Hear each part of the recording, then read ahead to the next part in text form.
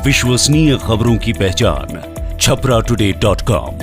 आपका शहर आपके पास।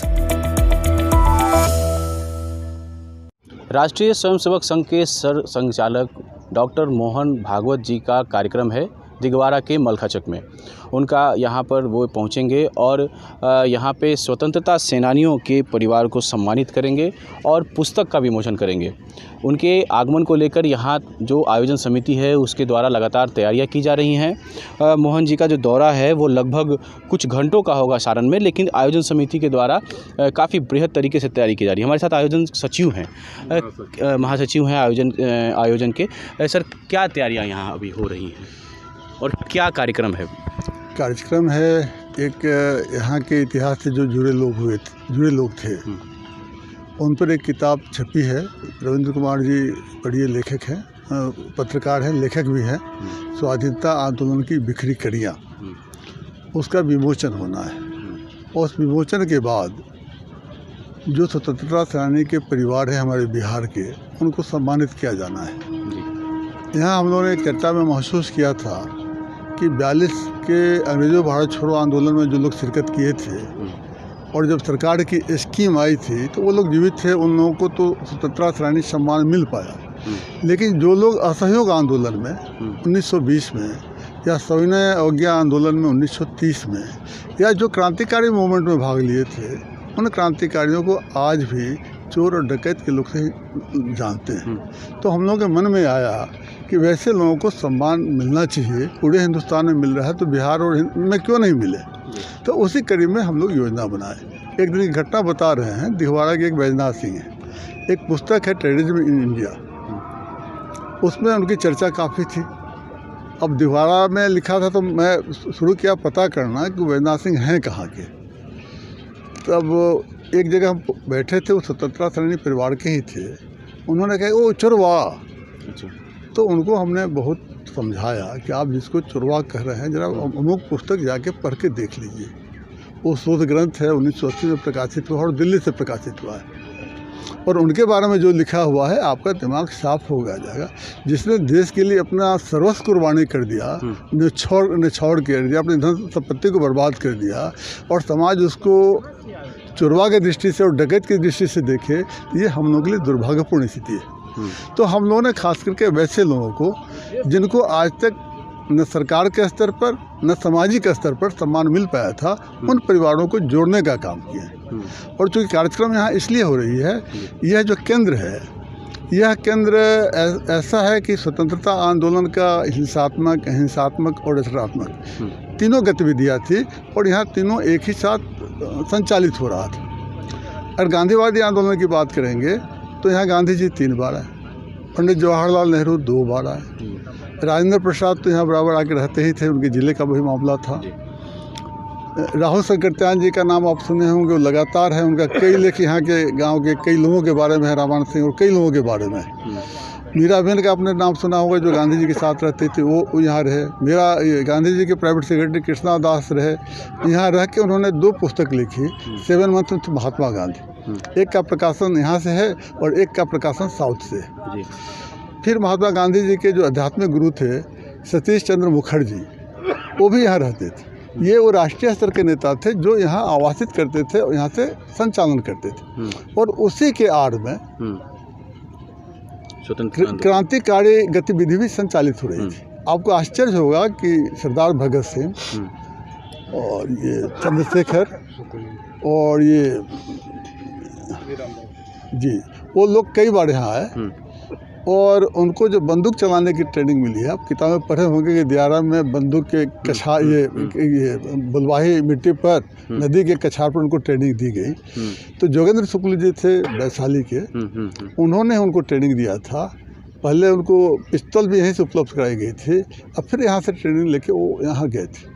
और यहाँ जो डकैतियाँ भी हुई, जिसको इन लोगों ने मनी एक्शन का नाम दे रखा है, तो मनी एक्शन जो प्रथम योजना इन लोगों की बनी वो बनी कलकत्ता में। कलकत्ता में योजना बनी, उसका एक्सक्यूशन यहाँ हुआ और वो पैसा जो अब लाहौर षड्यंत्र में गिरफ्तार हुए और इनको फांसी की सज़ा हुई, हम सभी जानते हैं। तो लाहौर षड्यंत्र में फांसी हुई, लेकिन उसके मुखबिर कौन थे? मुखबिर थे फणींद्रनाथ घोष। फणींद्रनाथ घोष का संबंध बिहार के क्रांतिकारियों से था और कलकत्ता के भी क्रांतिकारियों थे। और उस घटना में यहाँ के क्रांतिकारी भाग लिया था। फणींद्रनाथ घोष भी गए थे। उनकी जब गिरफ्तारी हो गई तो फणींद्रनाथ घोष का जो इकबालिया बयान आया, उसी इकबालिया बयान के कारण सरदार भगत सिंह, राजगुरु और ये सुखदेव को फांसी की सजा दी। उस समय यहाँ के सारे क्रांतिकारी जेलों में थे। अब इन लोगों के लिए डूब मरने की स्थिति पैदा हुई कि बिहार से जुड़ा क्रांतिकारी, उसके वजह से 3 आदमी को फांसी हुई। तो इन लोगों ने जेल में ही निर्णय लिया कि उसे मृत्युदंड दिया जाए। राम विनोद सिंह जेल से जब निकले तो लोगों को संगठित किए। वैशाली के बैकुंठ शुक्ल हैं और चंद्रमा सिंह के भोजपुर के हैं। यहीं बैठक हुई थी, फिर योजना बनी, उनके रहने का इंतजाम किया गया। और फिर वो बजाबते गए। उस समय रहते थे बेतिया में, मीना बाज़ार में, और वहाँ जाके उनकी हत्या का कार्रवाई की। और इस तरह से जो दिल्ली में घटना फांसी की सज़ा दी गई, उसका बदला इन्होंने फणींद्रनाथ घोष को मृत्युदंड देके उस बदला को लिया। तो इस कार्यक्रम में वो भी रहेंगे। वो उनको फांसी की सज़ा हुई बाद में, बैकुंठ शुक्ल को, उनके परिजन भी रहेंगे। जोगेंद्र शुक्ल जो उस समय के रॉबिन हुड के रूप में जाने जाते थे, उनके परिजन भी रहेंगे। चंद्रमा सिंह भोजपुर के हैं, उनके भी परिजन रहेंगे। तो इस तरह से एक क्रांतिकारी गतिविधि था। और रामदेनी सिंह थे, उसी मनी एक्शन में हाजीपुर ट्रेन डकैती में उनको फांसी की सज़ा हुई। और आपको ये जान के आश्चर्य होगा कि वो पहले बिहारी थे जिनको फांसी की सज़ा पहले हुई। सबसे पहले हुई 1908 में इनको खुदीराम बोस को, जो मुजफ्फरपुर में बम कांड हुआ था। उसके बाद जो दूसरी वो चूँकि बंगाल गए थे, और दूसरी फांसी जो हुई वो रामदेनी सिंह को हुआ, वो जो प्रथम बिहारी थे। तीसरा एक रामानंद सिंह है। और रामानंद सिंह के बारे में आप जानेंगे तो आपको आश्चर्य होगा। 1920 में जयनंदन झा के पक्ष में उन्होंने रिपोर्ट सबमिट करके अपना त्यागपत्र दे दिया था 1920 में। और त्यागपत्र देने के बाद वे स्थिर नहीं रहे, लगातार जिला कांग्रेस कमेटी में एक्टिव रह के गांधीवादी तरीका से वो आंदोलन को संचालित करते रहे। उनके सहयोगी थे राहुल शंकर त्यान जी, उनके साथ मिलकर लगातार काम करते रहे। और लगातार यातनाएं उनको दी गई, लगातार उनकी जेल यात्रा हुई। और अंत में जब मरे थे तो उनके शरीर पर 180 निशान थे। अगस्त क्रांति की चर्चा होती रहती है यहाँ। तो यहाँ जब कनाडियन फोर्स आया था 19 तारीख को सुबह, चूँकि यहाँ से शुरू हुआ अगस्त के फर्स्ट वीक में, सेकेंड वीक में थाना पर लोगों ने कब्जा किया, पोस्ट ऑफिस पर कब्जा किया, एक अभियान चला, रेलवे सब बंद हो गया था। फिर कनाडियन फोर्स टेनब्रुक के नेतृत्व में आया यहाँ। और 20 तारीख को दिहवाड़ा बाज़ार, 19 तारीख को, 19 अगस्त 42 को दिहवाड़ा बाज़ार में उनका मार्च होता है। और दिहवाड़ा बाज़ार में जो उन्होंने तांडव नृत्य किया, जिसका अंजाम हुआ कि 3 आदमी शहीद हुए उस दिन 19 अगस्त को। और एक सीताराम सिंह थे, और एक हरिनंदन प्रसाद थे, और एक आदमी और है, नाम भूल रहे हैं। 3 आदमी की शहादत हुई।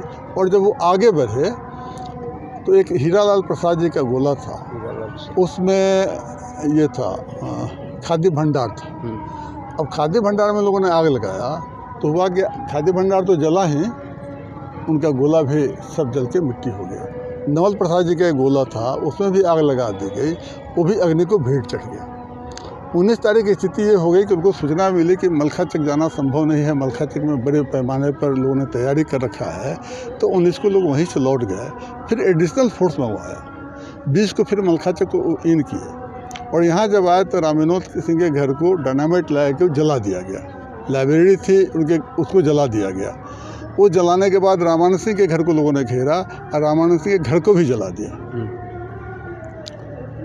और उसी घटना के बाद फिर 14 अक्टूबर को वही फोर्स फिर आती है। गांव से होकर एंट्री नहीं हुआ उनका, वो गांव के बाहर आते हैं, रामानंद सिंह के घर को घेर लेते हैं।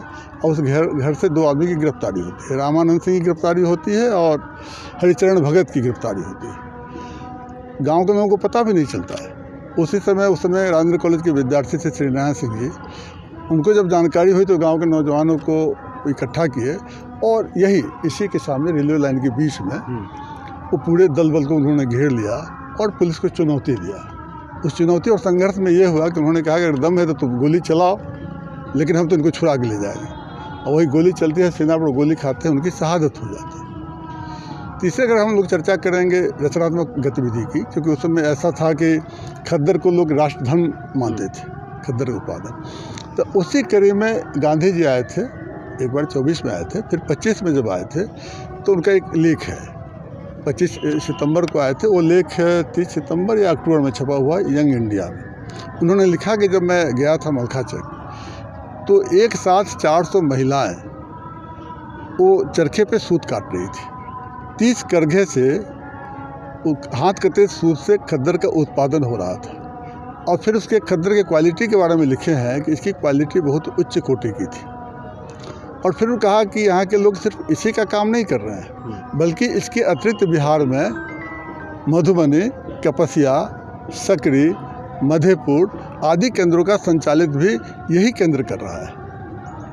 और उसके बाद उन्होंने आर्थिक विश्लेषण किया है कि एक खद्दर उत्पादन में जो उत्पादन हो रहा है और उससे जो मजदूरी दी जा रही है और उसके वजह से इस क्षेत्र में जो आर्थिक परिवर्तन आया है तो उसका एक विश्लेषण है। और उसके बाद उन्होंने पूरे देश के लोगों को और उस समय की सरकार को आग्रह किया है कि आप लोग मलखाचक में जाके देखिए कि वहाँ के लोगों ने जो कुछ किया है, जो परिवर्तन आया है, ये पूरे देश के लिए एक उदाहरण है। ये तो आपने पूरे क्षेत्र के इतिहास को हमारे साथ रख दिया है। मैं अब ये जानना चाहता हूँ कि मोहन भागवत जी यहाँ आ रहे हैं तो मिनट टू मिनट उनका उस दिन 27 तारीख का क्या कार्यक्रम यहाँ होगा?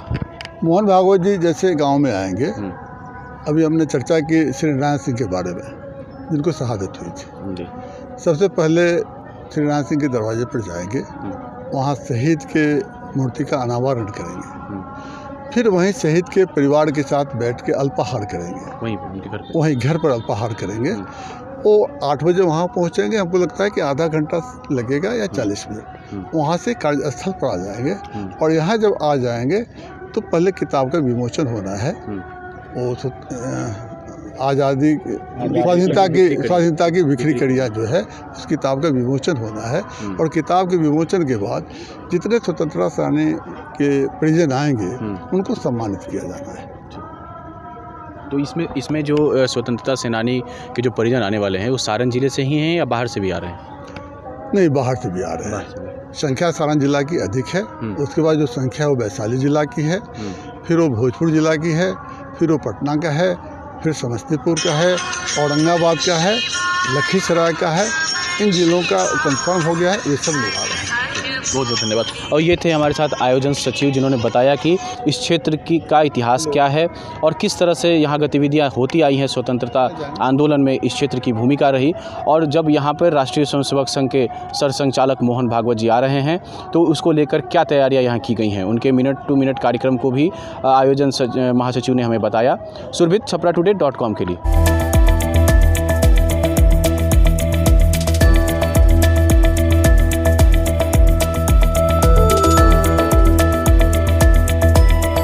आपके विश्वास पर खरे उतरे हैं हम, 10 वर्षों से आपके साथ खड़े हैं हम। विश्वसनीय खबरों की पहचान छपराटुडे.com। आपका शहर आपके पास।